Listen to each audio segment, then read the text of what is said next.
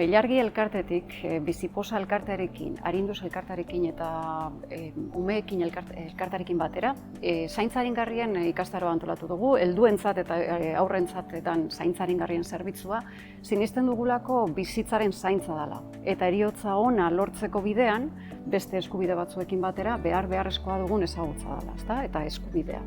Orduan, ikastaro honetan nahi duguna da ezagutza eta gogoeta sustatu.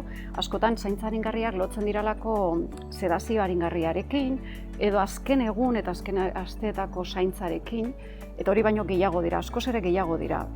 Tartean, familia eta haurra edo heldua, gaixoa erdigunean jartzen dituzten zaintza dira, fisikoa eta alde fisikoa eta emozionala zaintzen dituztenak, eta talde multidisziplinar batek arreta egiten duena, ezta? Hori baino gehiago direnez, hori eta beste gauza asko direnez, ikastaro hau antolatu dugu, eskubide honen ezagutza bultzatzeko eta gogoeta gunea, ezta, sortzeko. Gonbidatzen ditugu herritarrak, baita osasun profesionalak, maila ezberdinetan lanean ari diren osasun langileak, eta baita ere herritarrekin dabiltzan elkartetako kideak. Haiekin batera gogoeta hau zabaldu aldugulako eta herri bezala heriotzaren zaintza, bizitzaren zaintza zabaldu, ezta?